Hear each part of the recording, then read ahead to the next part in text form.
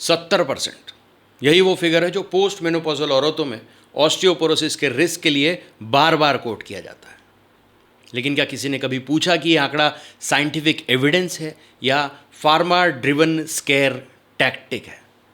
हर menopause seminar में एक ही line बार बार दोहराई जाती है। मेनोपॉज के बाद हड्डियां कमज़ोर हो जाती हैं, फ्रैक्चर्स का खतरा बढ़ जाता है, कैल्शियम सल्फो सप्लीमेंट्स और बिसफॉस्फोनेट्स ज़रूरी हैं। लेकिन क्या वाकई में ऐसा ही है? नमस्कार, मैं हूं अमित देशपांडे और आप देख रहे हैं मेडिकल मिस्ट्रीज। आज हम डिकोड करेंगे एक ऐसे मिथ को जिसने करोड़ों औरतों को लाइफ लॉन्ग मेडिसिन्स के ट्रैप में डाल दिया है। सबसे पहले बात WHO की उस डेफिनेशन की जिसने ऑस्टियोपोरोसिस को एक एपिडेमिक बना दिया है।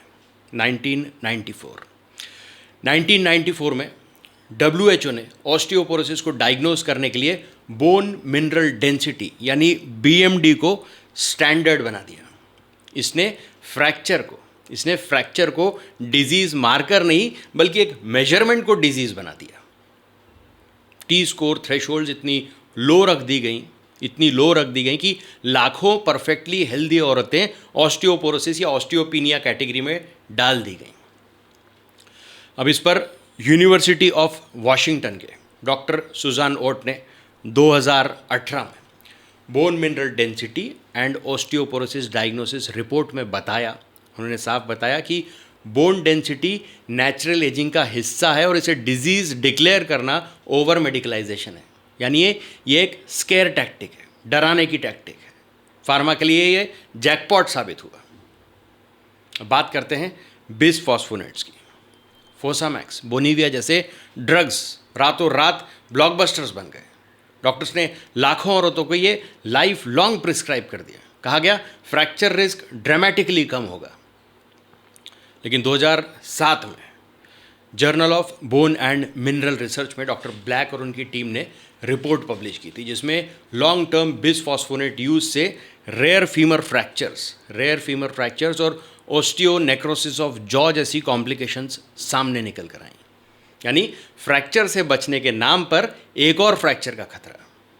इस पूरे मामले में हार्वर्ड ने भी अपना स्टेटमेंट दिया। हार्वर्ड स्कूल ने भी अपनी गाइडलाइन में साफ कहा कि बिसफॉस्फोनेट शॉर्ट टर्म में बेनिफिट देते हैं पर इन्हें बिना स्ट्रैटेजी के लंबे समय तक देना एविडेंस बेस्ड बिल्कुल भी नहीं है। अब कैल्शियम सप्लीमेंट्स की मार्केटिंग देखिए।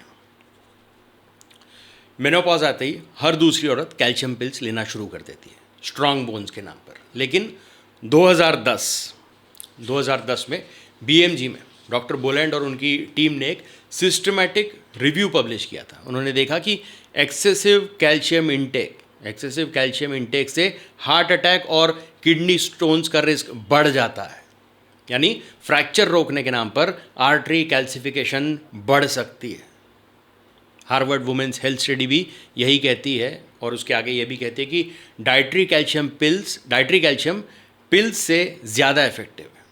फिर भी इन सब रिपोर्ट्स के बावजूद डेयरी लॉबी ने कैल्शियम को बोन हेल्थ मंत्रा बना दिया। दशकों तक बनाया और दशकों तक अपनी दवाइयाँ बेची, अभी भी बेच रही हैं। अब बात आती है फ्रैक्चर रिस्क कैलकुलेटर्स की।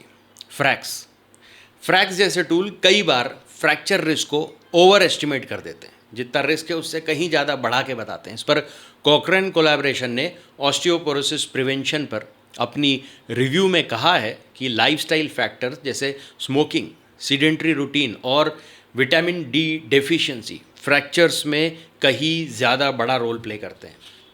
सिर्फ ईस्ट्रोजन ड्रॉप इस पूरे मामले में, इस ऑस्टियोपोरोसिस में एक अकेला कल्प्रिट नहीं है। इसका मतलब है अगर आप फिजिकल एक्टिविटी मेंटेन रखते हैं, बैलेंस डाइट फॉलो करते हैं तो मेनोपॉज कोई डूम सेंटेंस नहीं है। बात करते हैं इंडिया की।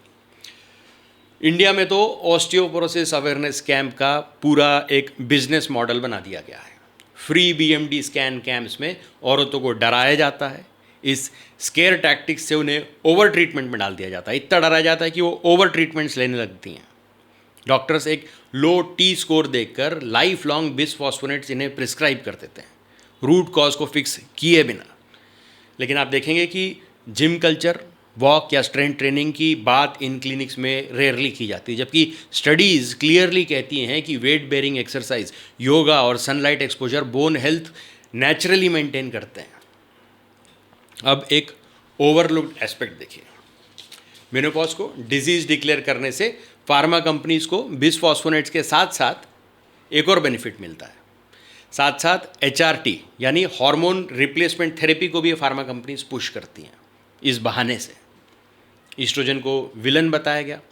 अब इस पूरे मामले में US national institute on ageing की स्टडीज़ 2000 की स्टडी है ये बताती है कि HRT का फ्रैक्चर बेनिफिट, HRT ट्रीटमेंट से जो फ्रैक्चर बेनिफिट क्लेम किया जाता है ये बहुत मॉडेस्ट है। ऐसा कुछ हार्मोन रिप्लेसमेंट थेरेपी लेने से बहुत ज़्यादा इसमें कोई फ़र्क पड़ता है कि फ्रैक्चर रिस्क कम हो जाते हैं, ऐसा बिल्कुल नहीं है। और इस HRT ट्रीटमेंट से कैंसर और स्ट्रोक जैसे सीरियस रिस्क जुड़े हुए हैं। यानी लाखों औरतों को कभी पूरा सच बताया ही नहीं गया, बस उन्हें डर बेचा गया। अब इस पूरे मामले की बॉटम लाइन देखिए, ऑस्टियोपोरोसिस कोई सडन मेनोपॉज कर्व बिल्कुल भी नहीं है। एजिंग के साथ कुछ बोन लॉस बहुत नॉर्मल होता है, लेकिन हर औरत को फ्रैक्चर होगा ऐसा भी कोई एविडेंस नहीं है। और हर किसी को लाइफ लॉन्ग कैल्शियम पिल्स या बिसफॉस्फोनेट्स चाहिए, ये स्टेटमेंट पूरी तरीके से एक मिथ है। मॉडर्न रिसर्च कहती है कि balance diet, vitamin D, strength training और एक्टिव लाइफस्टाइल ये नेचुरल स्ट्रैटेजीज बोन हेल्थ को सेफगार्ड करते हैं।